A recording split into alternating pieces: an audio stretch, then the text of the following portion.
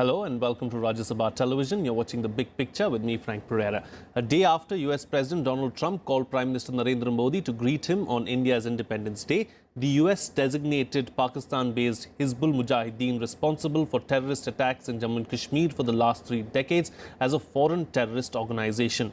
The labeling of Hizbul as an FTO means that the outfit will face financial sanctions. The Trump administration's previous decision to designate Hizbul chief Syed Salahuddin a global terrorist came just ahead of Modi's meeting with the US President in Washington in June. The announcement is also read as a sign of US-India proximity on strategic issues at a time when India is locked in a tense face-off with China. The action against Hizbul also indicates that the US does not support Beijing's efforts to protect terror groups sustained by Pakistan against international sanctions. On this edition of The Big Picture, we will analyze the implications of the Hizbul ban. Joining me on the program today are TCA Rangachari, former diplomat, Major General S.B. Asthana, retired defense expert, Professor S.D. Muni, foreign affairs expert, and Suhasini Haider, diplomatic editor, The Hindu. Thank you to all my guests for joining me on this edition of The Big Picture. Ambassador, I'd like to begin with you. What do you think of the US administration's move to label Hizbul Mujahideen as a global terrorist organization? Well, if you see it in the context of trying to put the squeeze on financing of terrorism, then this is something which was long overdue.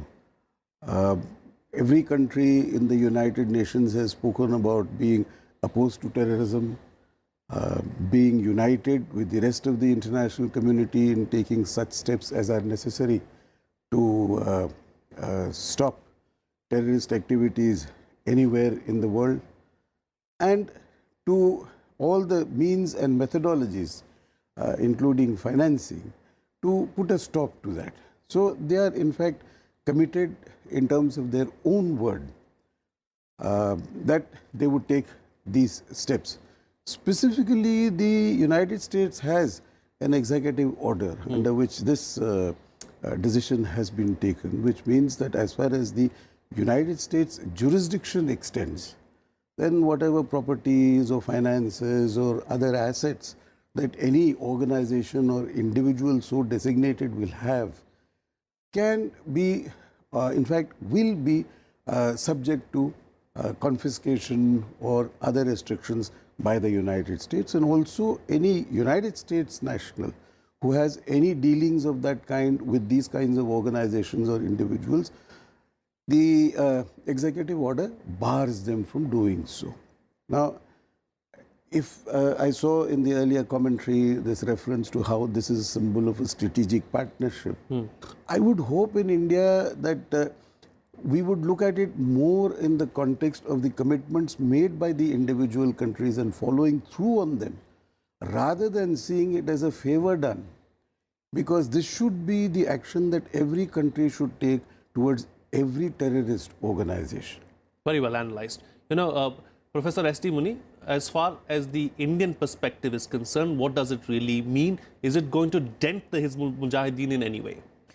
See, I think it was coming because you remember 50 days back, they designated Salahuddin as the international terrorist.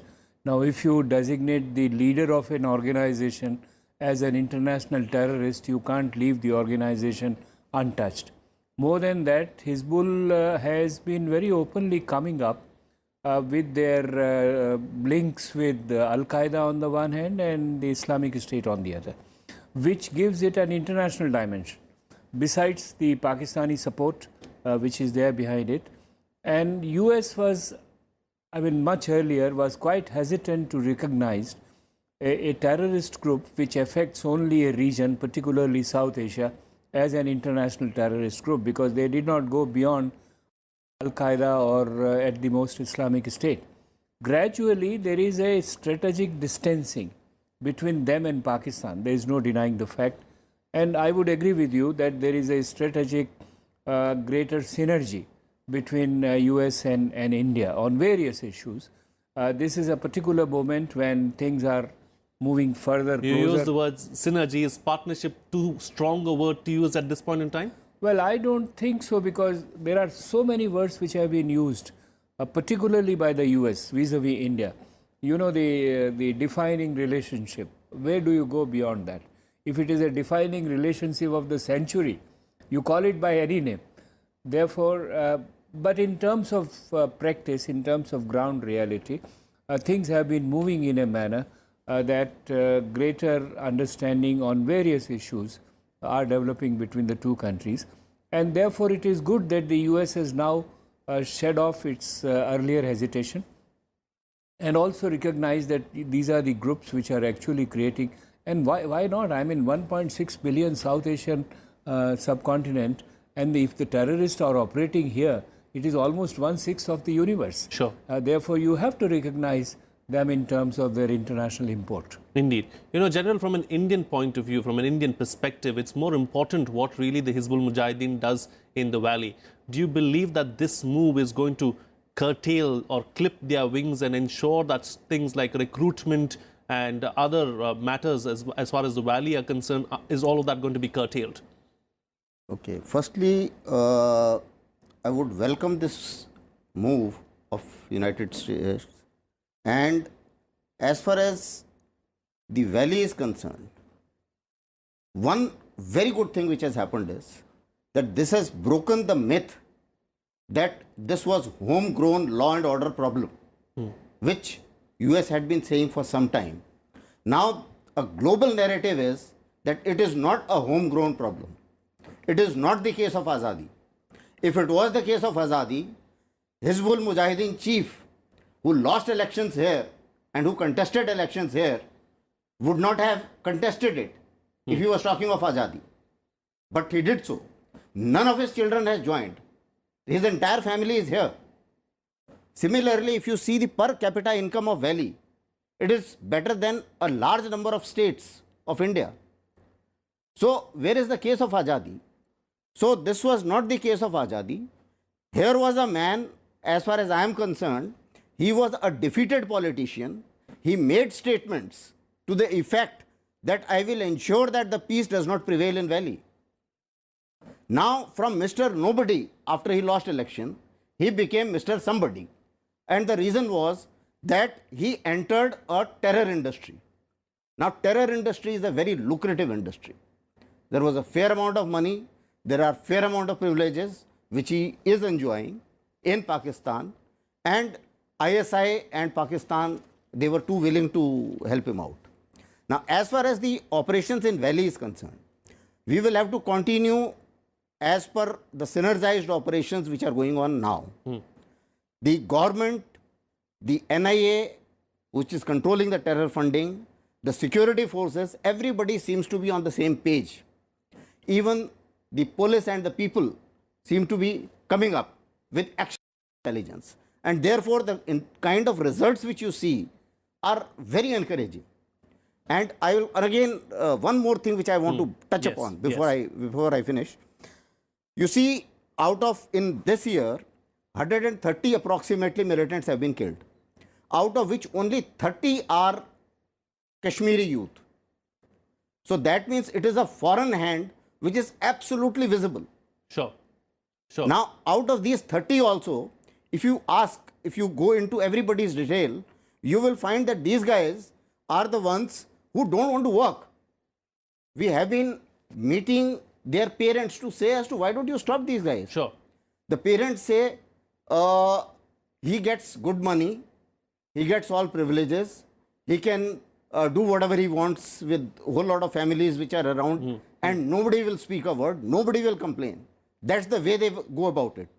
And therefore, he tells me, Papa, why should I work? Sure. So that is the case.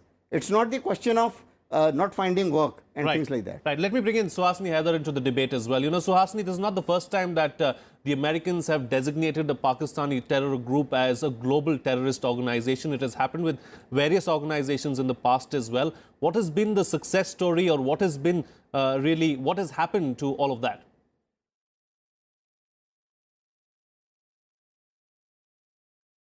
Well, certainly, I think while the designation of Hizbul Mujahideen as a foreign terrorist group and of Syed Salahuddin as a global terrorist is something that India has been wanting for a long time. Let's remember, though, that the Hizbul Mujahideen was set up in 1989 So this is not something that we can really sort of jump for joy with, but we can say, well, it is late, but at least the US has done it now. Secondly, we have to remember that the US is the only country that maintains these lists of foreign terrorist organizations for most of the world.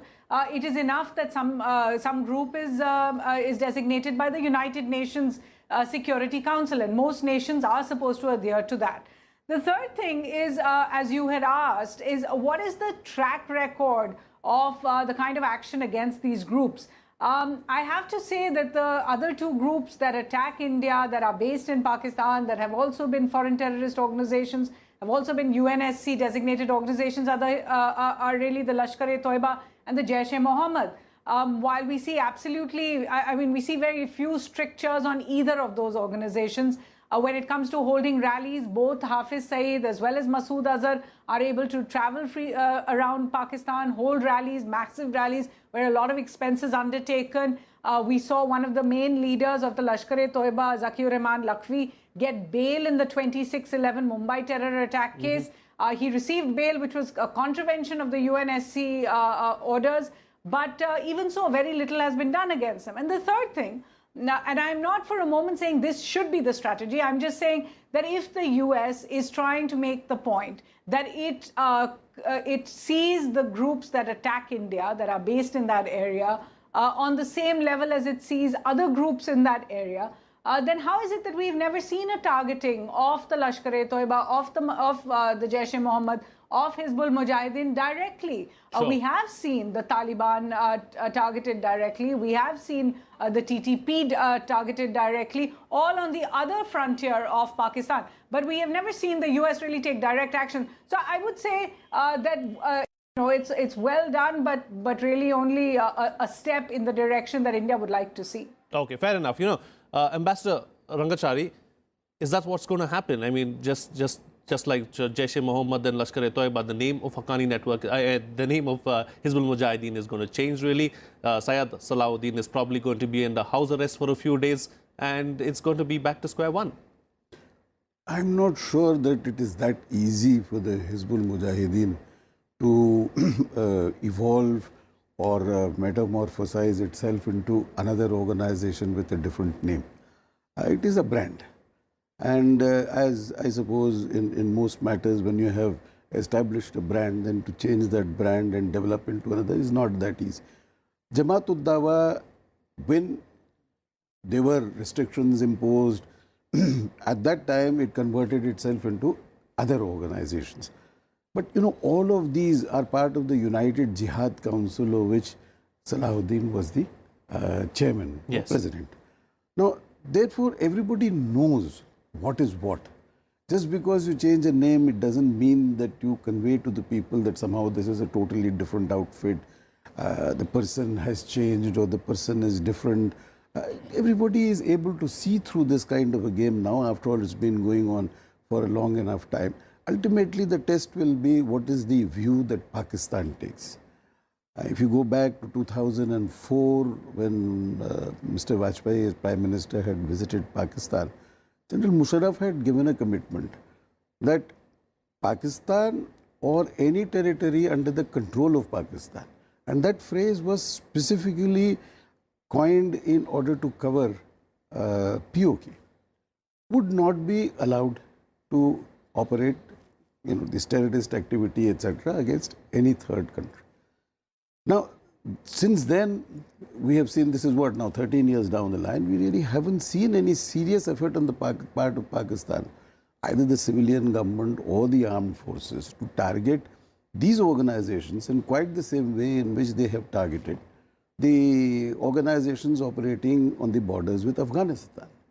So, till such time as Pakistan itself changes course and stops using terrorism and terrorist organizations as a part of its state policy, it's going to be very difficult for any kind of external sanctions to bring about the same level of pressure and perhaps, hopefully in the short term, be able to eliminate these organizations. Sure.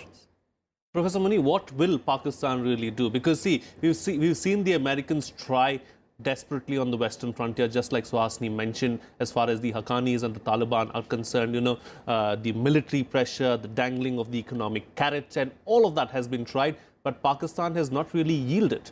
No, Pakistan will not yield easily. It is a very well planned and organized strategy to use these groups against the targets which the Pakistanis have already identified, both in Afghanistan and on the Kashmir front in India. And in Afghanistan, they have targeted more American soldiers than anybody else. And this is what the Americans have realized. Look, the Americans have been trying to stop their financial assistance by saying, why don't you curb Haqqani group? And Haqqani group nowhere is being curbed. I mean, yes, as Suhasini said, they are targeting some of these groups, but there is always a very fine distinction as to who has to be targeted, who has not to be targeted. They are targeting more of the TTP people than Haqqani group, or than those who are linked to their sympathizers in Al-Qaeda and others, or Taliban and others. So there is a method in the madness, and I think we all understand that method. Almost everybody understands this method. And this is where they are now, with the increasing American pressure, my feeling is that they are coordinating with the Chinese. I hope not that even Russians jump into this in order to cushion off that pressure. And that's where you see that on other issue, Chinese have put their foot down. They are not going to do. And this is not because only Chinese want to look at the technicalities. This is primarily because Pakistan doesn't want some of these groups and individuals to be punished and singled out. Sure. Now, this is where the whole issue of terrorism in the region is linked to the, I would say, mobile and changing strategic equations in this part of the world. And that's where I think you put this subject very well into the big picture, that it is not simply a local issue. It is an issue, so far as these other powers are concerned, linked to what they want to see in this part of the world, how they want to shape their equations with some of these key countries, and what their ultimate objectives are in the short run, because nobody is thinking of 10 years or 12, certainly not the Americans. Indeed. General, is it then a difficult balancing act that India has to strike at this point in time? Because as India is seen growing closer towards the United States, we are probably distancing ourselves from Russia. I won't, in fact, totally agree with you in that manner, because if you recall, Prime Minister Modi first went to Russia before he went to US. So as far as our partnership with Russia or relations with Russia are concerned, and if you compare, it is not one of the two, it is both. And India has been very famous. But on the global stage, when Russia is being sidelined time and again, they are seen to be going closer to China. That's a marriage of convenience.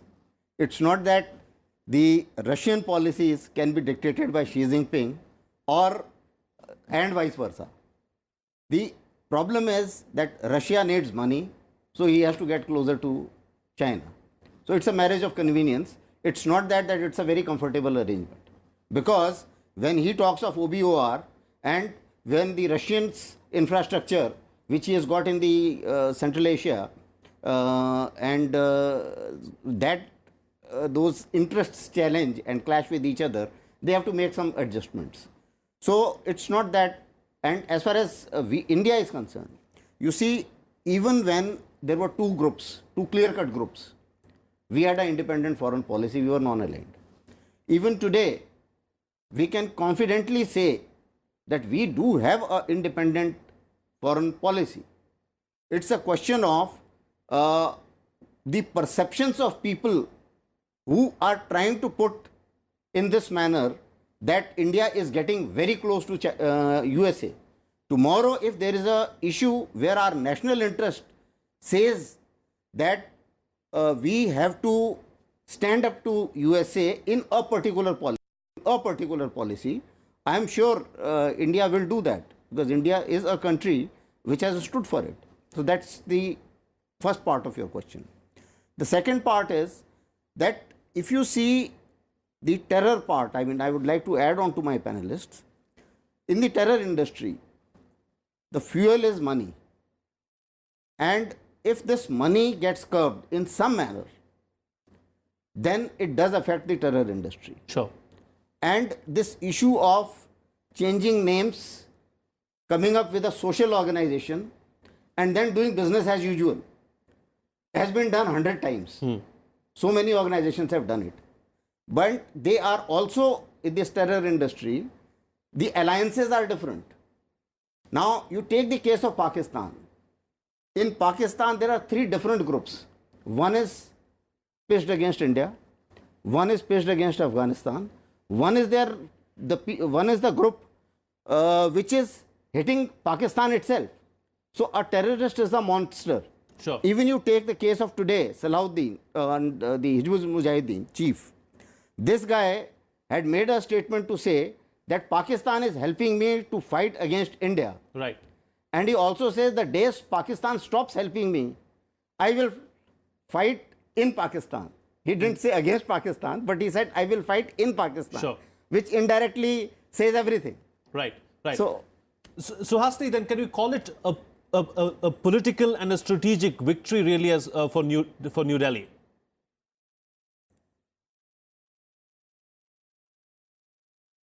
I certainly think it is the US trying to make a political reach out by letting India know that all of these groups that are of concern to India, particularly right now, where the violence in Kashmir is on the rise and, there is a real worry about infiltration. I think that's really the nature of the American decision. As far as the economic sanctions part of it is concerned, we'll really have to see. The fact is that anyone who gets onto these lists will lose, access to funding. But over the past, few decades, we've seen that this kind of international funding is not routed through America, for example, and perhaps will not affect the groups as much as we hope they will. What it does do is it gives a political stamp to what India has been saying for a while, and that's certainly welcome.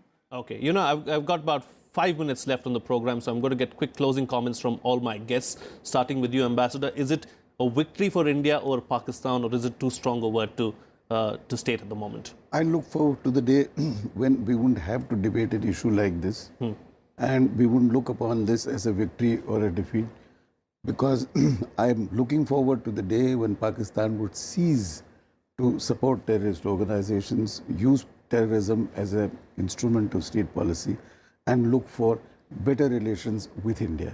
Sure, better relations with India. I hope that day comes sooner rather than later. And Indeed. I like your positive note at this point in time. But, Professor, going forward, what do you see really happening as far as these terror organizations, these terror groups are concerned? Well, I don't think, I again agree with Suhasini, no major change we should expect, because so long as the Pakistan policy and strategy does not radically change in this respect, these groups would continue to operate from the Pakistani soil. So far as funding is concerned, yes, they would be restrained a little bit here and there, but then they will change their name. Already, I think there are factions within Hizbul which are changing their names. And earlier we saw Jamaatul Dawa, for instance, change the name, started collecting money from local sources, from Arabic world, various other sources. So they can continue to operate with, and if the Pakistani state is willing to fund them, they should not have any dearth of money so far as operational tactics are concerned. Therefore, financing is a restraint, welcome restraint. We wanted it, it has come up, very good. But whether it decisively would alter the dynamics of terrorism will continue to be a matter of debate. I'm not quite convinced that it is going to make overnight a change in their strategy and their thrust. How do we get to the root of the problem then, General? As far as getting to the root of the problem is concerned, if you are looking the answer of the problem in Pakistan, I don't think we will be able to get to the root of the problem. I don't think we can get that answer. But from an Indian perspective, what is it that as far as we are concerned, our Kashmir part is concerned, I think we are on that way. Because the kind of synergy, you see the government, the legal system, 35A I am referring to, the security forces, and everybody coming on the same page and terror funding being targeted, separatists being targeted, everything happening together is a positive note for me as far as we are concerned and our part of Kashmir is concerned. Sure. Yes, Professor, you want to I say? simply wanted to add a sentence that the advantage which accrues to a country like India from this change is that if you now hit Salahuddin or his associates, nobody would say that this is a human right violation. Okay, fair enough. You know, Suhasini, please close the show for us with your concluding remarks.